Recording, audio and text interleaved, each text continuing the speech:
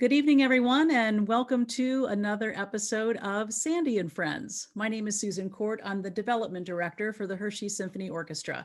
And joining me this evening is our Music Director, Dr. Sandra Dachau, and our very special guests, Hershey Symphony Orchestra musician, Scott Gilbert, and former Hershey Symphony Orchestra musician, who's joining us is Jeremy Gill. So thank you all for being a part of our special episode tonight. We want to kick things off first by thanking our sponsors who helped support the Hershey Symphony Orchestra in the 2019-2020 season, including Highmark and Penn State Health, the Hershey Company, McQuaid Blasco and Cornwall Manor, the Law Office of Stephen A. Stein and UPMC Pinnacle, Maple Tang Piano Tuning and Repair, and our bronze sponsors, Hershey Entertainment and Resorts, the Hershey Trust Company, the Hershey Rotary Club, Members First, Country Meadows Retirement Communities, and Manja Manja Italian Grill. We also had planned a wonderful fundraising event that we needed to cancel due to the pandemic, but we would like to thank the sponsors who generously supported us, even though we had to cancel that event. And that includes Highmark and Penn State Health, the Hershey Company, McQuaid Blasco, M&T Bank, and Country Meadows Retirement Communities.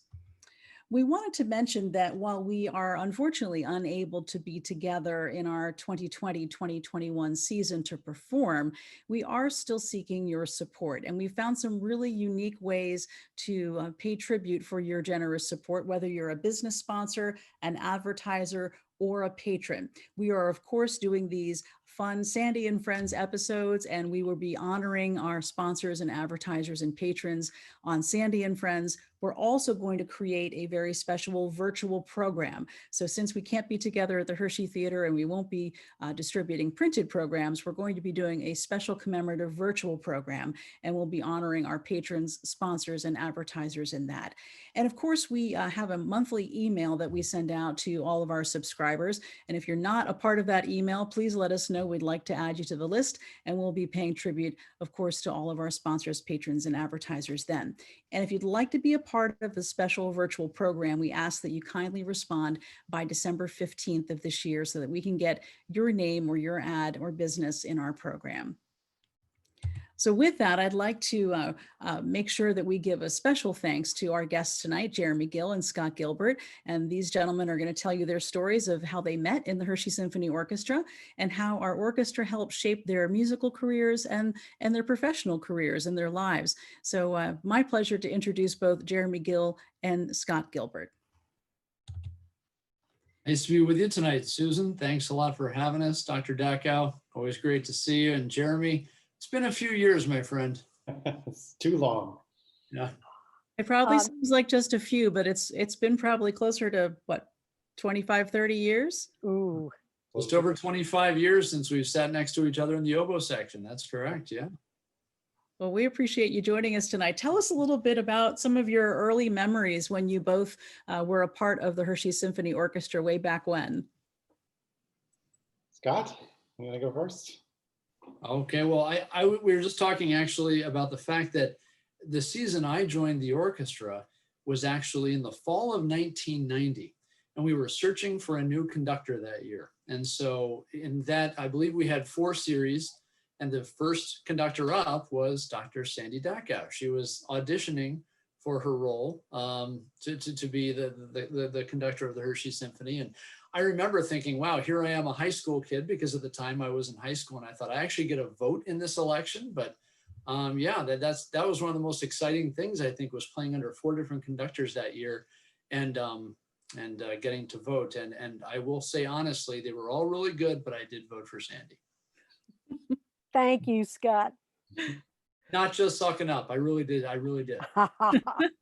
Jeremy, what about you? What were your early impressions? So I joined the following year, so Sandy's first year as music director.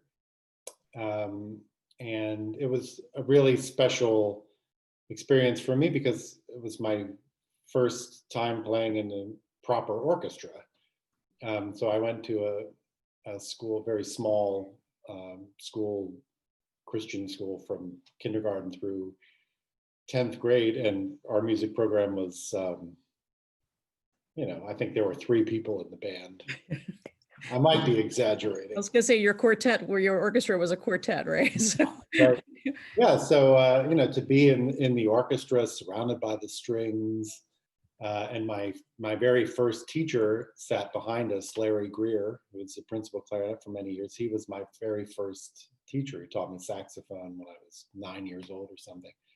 So it was a really great kind of welcoming environment. And I've been thinking about some of the repertoire that we played back then, and I remember there one piece in particular that I still love, and it was the first I had heard the piece and the first I had heard of this composer, but it was Honegger's Pastoral d'été.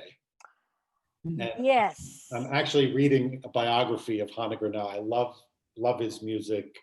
I love the symphonies. I'm learning a lot of the chamber music now, and you know that was such a wonderful experience for me to be exposed to these composers that I didn't know.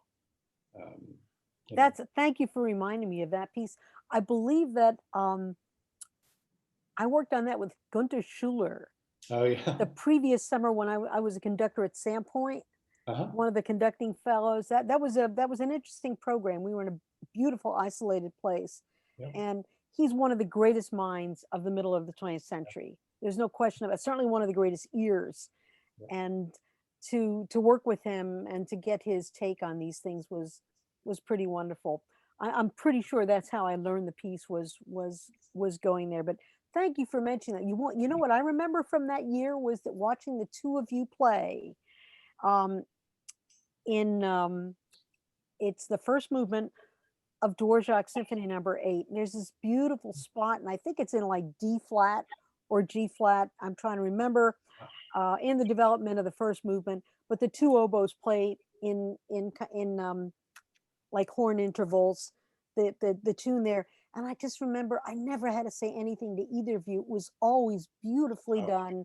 And I thought, man, this is so good. I can just let them go, you know, and it's going to be, they know what to do with the music, and it's going to sell itself. And I was just very proud of both of you for that. now, Scott, you still play with the Hershey Symphony Orchestra, so it's been how many years for you?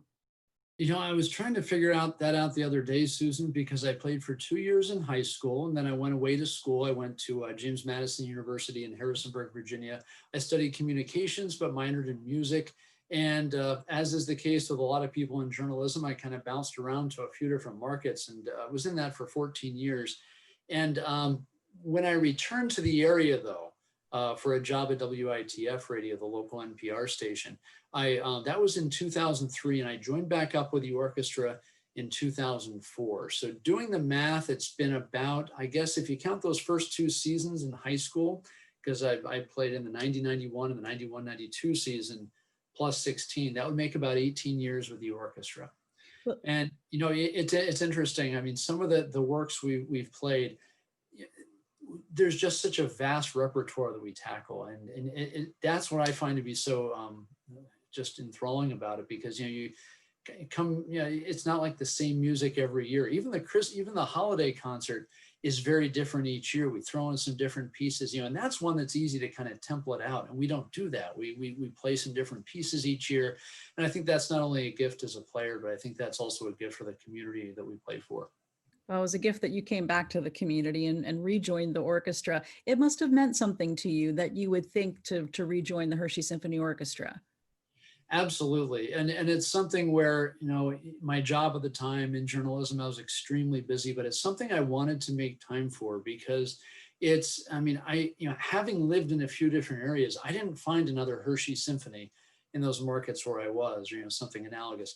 It's something where I think that helped me realize how special it was. There were playing opportunities, and I got to do some chamber playing over the years and various other types of things. But you know, when I moved back to the area, that was, you know, after I got settled after that first year, I was intent on getting back with a group, and Dr. Dachau and a lot of the people who were in it just a few years before, or several, okay, it was more than a few, several years before, were still there.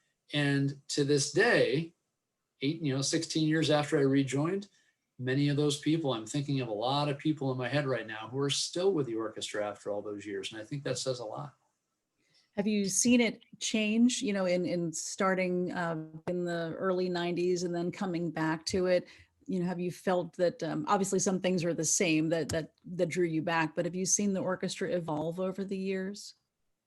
I think so. I think that there have been some great examples of how, quite frankly, how Dr. Dachau has pushed us, has really pushed us to do more. And one of those seminal occasions was when we went to Carnegie Hall a few years ago.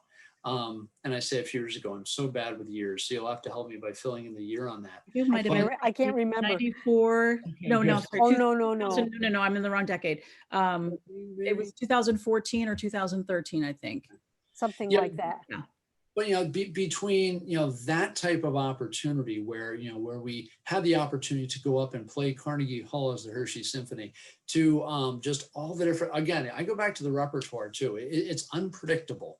We go on journeys together, and sometimes that very first rehearsal we have, right, we'll sit down with a Brahms symphony and we'll go through it and we'll be like, wow, a lot of us haven't seen this before. It's going to take a little practicing, and some parts we're like, that's just never going to come together. And yet when we go out on stage at the Hershey Theater, it has come together. And that's a great feeling, because it also gives you some reassurance too. When you have those first rehearsals with that really tough piece, and it seems like, how are we ever going to get this to gel?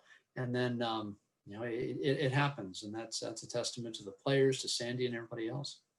Jeremy, it sounds like the Hershey Symphony Orchestra gave you a wonderful foundation for your incredible career. Tell us a little bit about what you've been doing since you left the Hershey Symphony Orchestra. So unfortunately, I only had 1 year with the orchestra because that was my last year in high school. And I went to Eastman for my undergrad to study composition.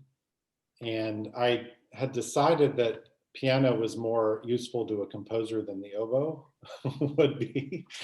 So I shifted my focus from oboe to piano. But I did study oboe all through my undergrad, and I studied with Richard Kilmer, the teacher at Eastman, and he was the best music teacher. I'm so glad I studied with him, because when I play piano, I think about what Kilmer said. when I conduct, I think about Kilmer. Even when I'm composing, sometimes I think about his approach to phrasing and tuning. So it was a really great opportunity to work with him. But then I went to grad school in Philadelphia, and I went to Penn to study with George Crumb, and I studied privately with a composer named George Rockberg, who really became like my primary mentor, I guess. For our listeners out there, those are two major gold-plated names as 20th century and 21st century composers. Yeah. And, Crumb is much more sort of talked about still. Rockberg died in 2005. okay. And Crumb is now 91 years old. He just turned 91. We did a 90th birthday concert. I was going to say, I read about that. Yes. Last year. But yeah, I mean, both of them are fantastic, very different, but fantastic composers, and it was really great to work with them. Jeremy, you wrote a piece for the Hershey Symphony. I did in 1997.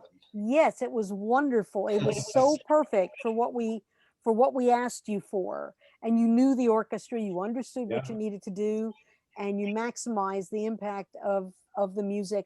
And it was also the celebration of someone that we had lost. That's right. And I'll let you talk about that. Yeah, so that year when I played with the orchestra, Earl Caton was the tuba player. And I had known him before because he was the conductor of the New Cumberland Town Band.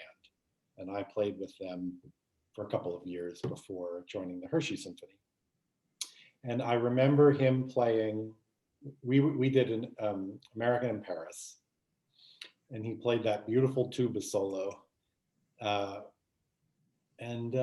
Just being on this, that was one of those moments for me, being on that stage surrounded by those musicians, experiencing the music from the inside.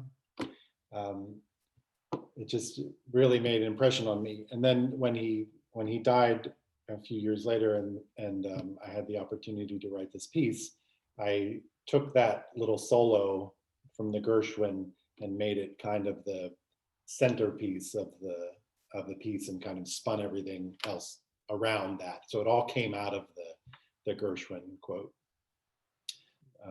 Yeah, so it was a memorial to him, but also playing with the orchestra, of course, made writing for the orchestra so much more personal. You know, I could imagine the very person that would be playing, you know, the clarinet or the double bass or whatever. I love that. Yeah. After your schooling, Jeremy, tell us what you've been working on since then. So I got a PhD, and that prepares one to have a career as a college professor, and I decided not to do that. So I wound up just being a freelancing musician in Philadelphia. I stayed there for 17 years, and I played just everything. I played for an opera studio, so lots of opera. I played for ballet classes as a pianist. I played chamber music with a group called Dolce Suono, which has been around for maybe 12 or 13 years now, a really great chamber music group. And did some conducted new music with a group called Network for New Music in Philadelphia. I had started conducting by conducting my own music when I was an undergrad at Eastman. You know, and then it just, as what happens for a composer is opportunities come and you grab them and, you know, write your best work. And if you're fortunate, people play it. And then the next commission comes. My wife thinks it's the craziest business on earth, and she's probably right, but that's just kind of how it's gone. So I guess my most recent pieces were a few years ago. I wrote an oboe concerto, actually, for the principal in the Dallas Symphony, and who is a former member of the Hershey That's Symphony. right. I forgot about that. She Right. also played in high school, Erin Yeah. Hannigan, Erin and Hannigan. she has got a career. Yep. Does she ever? Yes. Yeah, she's I see recordings of her. I see her celebrated. She's also in the American Federation of Musicians. I believe she plays a leadership role there representing musicians. So we had her back as a soloist many years ago, which was wonderful. And I keep thinking all the great oboists who have gone through the Hershey Symphony. Yeah. Yeah, I'm actually going to see one who stayed with us, Scott. Yeah. We didn't want to... One that you couldn't get rid of. I do want to say about Erin, yeah, it was a thrill to get to play along with her in the Harrisburg Youth Symphony, I should say too. We played together for 3 years there. Oh, wow. And then, but also, I mean, yeah, we also saw each other a lot at districts and regionals and things like that. But when you're playing with people like her, another person named Emily Yoder, who we grew up with, who played, and I believe she's subbed in a few times in Hershey with Jeremy. Like when you're playing with these people, you've got to make sure you're on your game. So I think that we all kind of, I don't know, maybe raise each other's game. But, you know, for me, as perhaps one of the younger of those, that really helped me to have people of that caliber, of other oboists of that caliber in this area. Because I'm like, okay, if you want to play oboe around here, you gotta try to be good. So it gave us something to strive for. The other thing I just want to say about the Hershey Symphony is it would be so easy to come into a group like that as a high school kid and to be intimidated. And I was at first, because let's face it, you know, I had played in the youth symphony, and that was a good foundation of what it's like to be in an orchestra. But to sit down in a group of mostly adults and to be playing, you know, a rather prominent, you know, woodwind in that could be intimidating, but it was very quickly non-intimidating because of the welcoming atmosphere. And that's one of the things I haven't seen change at all, because when young players are with us, they're just embraced and they're encouraged to, you know, play their hearts out, make mistakes. We all make mistakes, play on and grow as musicians. And that is a gift, you know, when you're able to let young musicians play in a group of that caliber. You said it very well, Scott. I'm thinking of, I think June Hunsinger, who was our manager for many years, said, if you want to get your golf game up, you have to play with someone better than you. Mm. If you want to get your tennis game up, you've got to play with someone who's better. And it's so easy to say, no, I just want to play with somebody that I can dominate, and you're not going to grow that way. So thank you for putting that into words. Yeah, I think yeah, no, you also absolutely. you also shared kind of the family affirming aspect that I think many people feel being a part of the Hershey Symphony Orchestra. And Jeremy, you've been gone for a long time, but clearly still part of the family. So we appreciate your thinking of us and keeping us in mind and participating with us tonight. You know, there is a comment that we had from some of our soloists when we did Beethoven's Ninth, and we had the vocal soloist come in from New York, because those are very demanding solos and there isn't time to coach someone on those. You need to have folks that come in ready to play them, ready to sing them, I should say. And what they had been doing, actually, Beethoven's Ninth was very popular that year, and another orchestra nearby had done it the previous week even. And their reaction to the experience of performing with us, they said, you know, you have the best fans anywhere. And I love the way they use the word fans instead of audience, because that was the vibe they picked up from members of the audience, were just having a wonderful time listening to the music. And many of them are not sophisticated listeners. Their first introduction to symphony music was with us. And they're taking everything that we do, each new concert, on faith that it's going to stir them and that it's going to make them feel welcome, just as you described as young players. We want the members of the audience to feel welcome. We don't want them to feel intimidated by the level of sophistication we would bring to it in how we program or how we present it or the atmosphere we create. I think Scott, I think you were the one who told the audience, told the orchestra to stand for that opening bow, or every time we took a bow, and face the audience and smile. And you'd be amazed how many orchestras don't do that, where the players get the sense that they don't really even want to connect with members of the audience. I think I think it's about energy, right? It's about, feeding off of each other's energy. Yes, it is. We're not disjointed from the audience. We're all sharing in that experience. So to be able to turn and share a genuine smile and a bow and acknowledgement, I mean, that's the other thing that I really appreciate, and something that you've encouraged us to do that I find also to be energizing, is at intermission, because we have a pretty lengthy intermission. Just walk out in the audience, make eye contact with somebody and start talking to them. And the appreciation you hear from fans in that theater, which you see behind Sandy tonight, which is great. I don't know how she got into the theater tonight, but good for her. But the appreciation you hear from people, and just like you say, the approachability of that conversation, and just, people ask you great questions about the music and about your role in the orchestra. And it just, you really feel that there's a connection there, a special kind of connection to the community. Really, I don't think our audience would have grown to the size it is if we didn't project that welcoming atmosphere. Because they have a choice of where they can go to listen to music. They don't have to come to us, and they do. And a story that I'll share with you, which I love, is I would go through the audience at intermission and just try to talk to as many people as I could. And just, some of them want to talk and some of them just want to shake hands. But one couple said that they were from Philadelphia and they came to hear the concert. And they had been subscribers to the Philadelphia Orchestra, but now they subscribe to our concert series, which of course is a fraction of the price. But I mean, my head was just spinning with the notion that somebody would do that. And they said, no, we come, we make a weekend of it, and we have a great time at these concerts. I walked out on air after that conversation thinking that validates not only the hard work we put into coming up with a persuasive musical product, but also with our desire to break down barriers and share music with folks, that they do not have to feel that there's a series of hurdles they must overcome before they can understand or appreciate what it's about. I'd like them to just feel that they are an important part of our experience in presenting the music. Jeremy, before I forget, I have a comment to pass along and a greeting from one of our longstanding orchestra musicians, Ruth Barley.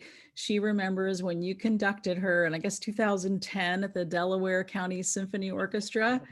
And she said she really enjoyed working with you and she sends her regards. Oh, well, that's great to hear from her. Yeah, I Jer- conducted the orchestra there for a couple of years, and she was really nice to come all the way out. Oh, Ruth loves to play and Ruth loves you. And I will share something with you. I think I've told you this before, but I'll tell it again for our fans. Sam Adler, when I talked with him about having you write a piece for us, Sam Adler was one of your teachers at Eastman.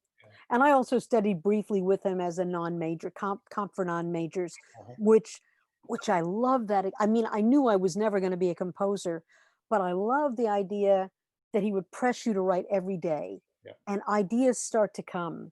Yeah. Ideas start to pour out of you. And maybe they're not profound or great ideas, but music starts coming out of you. And he made that happen for me. And I'm sure he's done that with all of his students. But the one thing he said was, oh, Jeremy, get Jeremy to write something for orchestra. Jeremy's wonderful. So I thought I'd pass that on to you. Thank you. Sam, I'm still in touch with him. And he was a great teacher. He was my first teacher. So as a freshman to work with him, and exactly like you said, he just made you write. He had something that he told, I'm sure, all of his students. He would say, and if you work with Sam, you can't talk about Sam without doing the accent. So doing the accent, I was refraining, but go ahead. So he would say, do me a favor. I want you to love every note you write. You have to love every note. So I love every note. You just brought me back then. He would say, oh, Did he say that? come on, man. He says, make it move. He had no patience. So he tells me this, love every note. So I wrote a piece that I was really happy with. And I finished it. I felt really good about the piece. And the next week I came into my lesson and I hadn't written anything new. And he said, what's the matter with you? You just sit around playing this piece that you wrote all the time. You love it too much. I mean, it's time to move on. Oh, that was a great lesson. Love everything and then put it aside and move on. Right. I conducted one of his pieces when I was preparing the All-State Orchestra in New Jersey when he came to conduct, but he couldn't come to the preliminary rehearsal, so I was their rehearsal conductor. And I'll tell you, I worked very hard at that, but it was clever. Yeah. It was clever, and there was such an abundance of ideas in it, and I learned a great deal from having to go through that process. Well, what you were just talking about, connecting audiences to music, right? And the way that you interact with the audiences. That's the kind of thing that Sam's concerned about with composers, and that he would impart to composers. And it's equally important, and fortunately becoming more of a focus for composers now, is they're writing music for people. We forgot that for a while. Well, there was a time when it was pretty arid, but I'll give you one more quote with an accent. He says, oh, write me a whoopee tune. Something that was exuberant and happy. Yeah. Don't try to be serious. Right. It's obvious that both Scott and Jeremy, you have a tremendous passion for music. Now, Scott, you play avocationally. Jeremy, this is your vocation, but still there's a common passion. What advice would both of you give to young musicians who may be trying to figure out how to keep music a part of their life and not really knowing whether it should be something avocational or vocational? I would say listen all the time and play as much as you can and just be involved. I think nobody ever regretted participating in a musical group when they were young. Nobody ever regretted taking lessons. I mean, lots of people complain about it when they're kids. They don't want to practice, but I've never heard a person say, yeah, I studied and I hated it and I wish I didn't. You never hear, you always hear the opposite. Exactly. I Wish I had played studied. and I quit and I wish I hadn't. Yep. I wish I'd kept playing. Right. So it doesn't matter at what level, you know, just play. And I think listen. I think that I feel like is becoming a lost art. Even you know, young composers in particular who are, you know, they want to make this their life. They don't listen to any music. I can't imagine not knowing the Beethoven symphonies, the Mahler symphonies, the Sibelius symphonies. Right. I can't imagine not constantly immersing myself in the repertoire. Very, very old up to yesterday. You have to listen to everything, play everything. I just think that there's no way that you can do too much of that. So. Scott? That's great advice. This is a really fascinating question to me, and it's one that speaks to me very personally because that was a big decision. I didn't know, even I'd say going into my senior year of high school, what I was going to major in. It was either going to be oboe performance or it was going to be communications. And ultimately what dictated the decision for me was I knew I was very passionate about journalism, and I thought I wanted to do that full time. And I knew that that didn't mean I had to exclude music from my life. It meant that I could, you know, continue playing music. I played in college. I got to play alongside some great musicians at JMU in the music program there, you know, in the wind ensemble there, and also some of the smaller groups. And, you know, that wasn't at the expense of, it was in addition to what would eventually become my vocation. So, you know, my advice would be, you know, don't feel, you know, if you're feeling that pressure, you know, from, I don't know, maybe it's kind of rare to have, I guess, you know, well, maybe it's not, to have a couple different career paths that you're really torn between. Just know that if music is one of them, if you don't choose music, you're still able to be a musician your whole life. You know, and you know, I think it's really great advice from Jeremy too about, you know, playing all kinds of repertoire too, because you'll have lesson books that will walk you through very set, very rote things, but find a teacher who helps to push you too into different types of music. And I was very fortunate to have a couple of really great private instructors, Sharon Boyer and Jane Marvine, who really pushed me to be the best oboist I could. And I think that that would be another bit of advice I'd have for parents of young musicians. If you're able to find that, you know, if you see promise there, and if you're able to give them, you know, that gift of private instruction, go that route and really help to, you know, feed that interest. Because, you know, some kids are going to identify as athletes in life. That was never me. My gosh, I was, you know, and my son, who's unusually athletic, loves to remind me of that. But, you know, but that's not everybody's path, right? And for me, it was music. And to this day, I'm like you say, I never regretted it for a minute. Accordion players, they probably regret picking up. Other than that, I don't think anybody ever regrets picking up a musical instrument and just taking it however far their heart tells them to. And I have to tell you one other quick thing. My heart is so full today because I'm not making this up. Today, my daughter, who's in 5th grade, came home with her flute after her first ever music lesson. Oh, yes. Oh man, yeah, we could have. Oh, I'm getting chills. Seriously, I was just asking her 50 questions. She's like, "Dad, really? All we did was blow in the mouthpiece." I'm like, "Okay, but tell me more. Show me what you did." That's Well, wonderful. speaking of your instruments, maybe this is a good time. Sandy suggested that you give us a sample of what some of your instruments sound like, not a concert. We're not going to put you that much on the spot, Scott. I've prepared 2 full sonatas. Not really. Explain too about the double reeds, because not everyone's familiar with that. Behind me, you see 2 instruments, right? And I'll bring them up closer to the camera one by one too. But this one right there is the oboe. So it's the shorter one. And this one is the English horn. So the oboe is, because it's shorter, it's obviously pitched a little higher. The English horn is pitched a 5th lower. So for example, let's start with the oboe here. I'm going to show you an oboe reed next to an English horn reed really quick too. They look very, very similar, right? In terms of that's an oboe reed, this is an English horn reed. And what they have in common is the fact that they're both double reeds. Basically, what I do is I take a piece of cane and I tie it over a tube to make an oboe reed, and then I whittle it away and I chop it. And to make an English horn reed, I order them online. I don't make these, but they're made the same way though, if I did.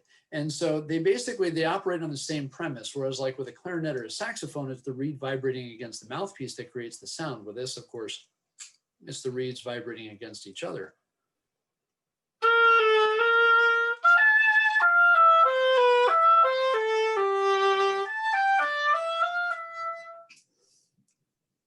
Typical sound of an oboe, right? Kind of like that mid-range, that kind of singing, mid to upper range sound.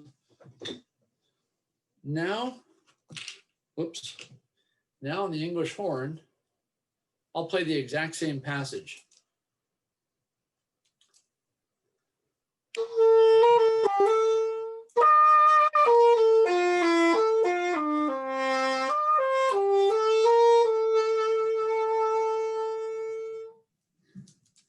I held that last note for a while. That was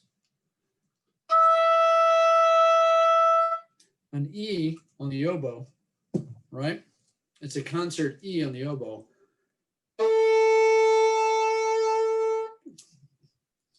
And so you hear the difference. You hear the difference in sound, the difference in pitch, right? So yeah, so if I want, in other words, if I want to tune on the oboe, I play an A. Whereas if I want to tune on the English horn, I have to go up a fifth, A, C, E. I have to finger an E. So there's a difference in sound and a little difference in the pitch as well. What I drew want to just share something with our audience. You may have, well, I know you didn't forget this, Scott, because you would have been excited about this. You played in the National High School Honors Orchestra. In other words, you represented the state of Pennsylvania, musicians from all over the country, when that group convened at a national music teacher conference in New Orleans. What do you remember about that?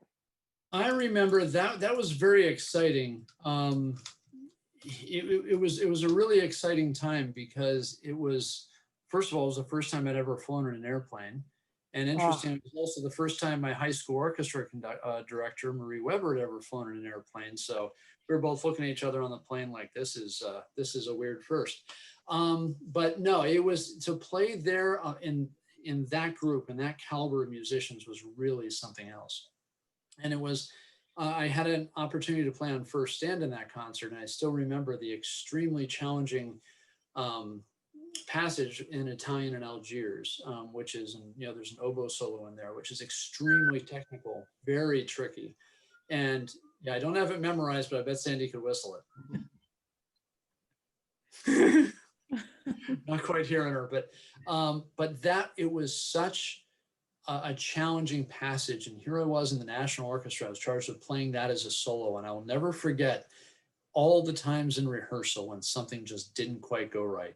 And the conductor was, all right, try it again. All right, yep, try it again. And I'll be darned, in the performance, it actually went flawlessly. And that was one of the biggest confidence boosters. And that was, it's not about ego, but it's about, I think to me, that told me as a young musician that I'm somewhere for a reason, right? That I think if you're in a musical group and you're thinking, wait, what am I doing here? We all have a little bit of what's called imposter syndrome. You have to stop and think, I'm here for a reason. And as adult musicians, we have to do that too. We have to realize, you know what, we're just here to make music together. And if you kick back and relax, and I think that was a really important lesson for me as a young musician, to just take a deep breath and do your best, and do your best to make music with the people around you. It was a really special experience to be able to play with that group. Well said, Scott. Jeremy, what kinds of things are you working on right now? Well, it's been a pretty productive year because I haven't gone anywhere or done anything else. But most recent piece was actually another piece for Erin Hannigan, so an oboe quartet, which she is premiering in about 3 weeks in Dallas. They're still playing, the orchestra is playing, and there's a chamber music society functioning. So that oboe quartet will be done. And I wrote a piece for a local Harrisburg group called the Foundation for Enhancing Communities. So they administer a scholarship for musicians and for architects. And I won that a couple of years during my undergrad, and I've been on the jury for I don't know how many years now, maybe 20 years. And their 100th anniversary was this past September. I wrote a piece for them. It was postponed, of course, so that'll happen next September.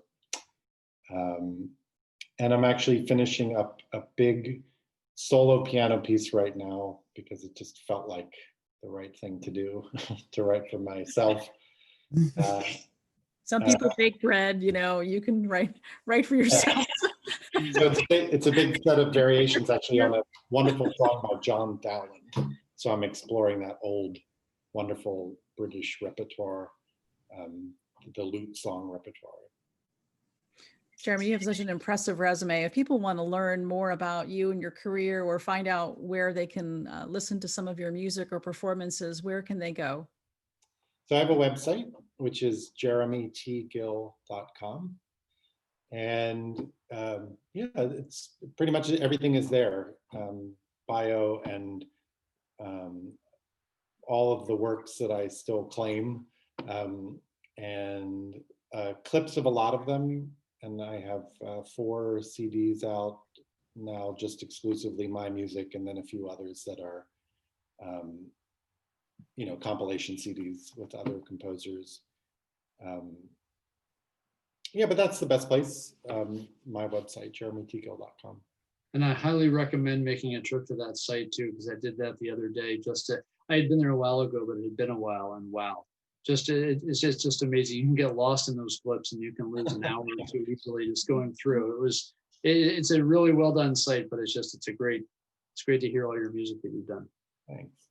You know, whenever we have guests on Sandy and Friends, we always talk about the impact of the pandemic on music and how challenging it is, whether you're in Hershey Symphony Orchestra or whether this is your career, everyone's had to adapt. So you could both talk a little bit about that, how this has been a challenging time. And maybe in some ways it's been a time to step back and explore music in a different way. So share a little bit about that. Well, I'll just say, yeah, I absolutely, I mean, you're right. It is a very challenging time when, you know, you're just so accustomed to getting together with your friends and playing music once a week at rehearsal. And then you're robbed of that opportunity by something like a pandemic. You've got to still find ways to, you know, to explore music and to, you know, just really, again, you know, just that, find other ways. So what I've done is use this as an opportunity to try to learn some solo works that I've always wanted to do, but you know, just maybe a little too busy with work and orchestral music and that type of thing. One of them is the 3 Romances from Robert Schumann, who's read up on him too. He's an interesting character. But he wrote this piece as you could, how you'd be able to tell during one of his manic episodes. And it was, there's some interesting passages in there. And the other is a piece called Theme and Variations by Johann Hummel, who's an Austrian composer, right at the end of the class. Very underrated. A lot of fun. Goodness. I love that piece, and I can tell you it is, I mean, but there's no comparison between the 2 pieces, because the Schumann piece, while technically tricky in some areas, is not overwhelming.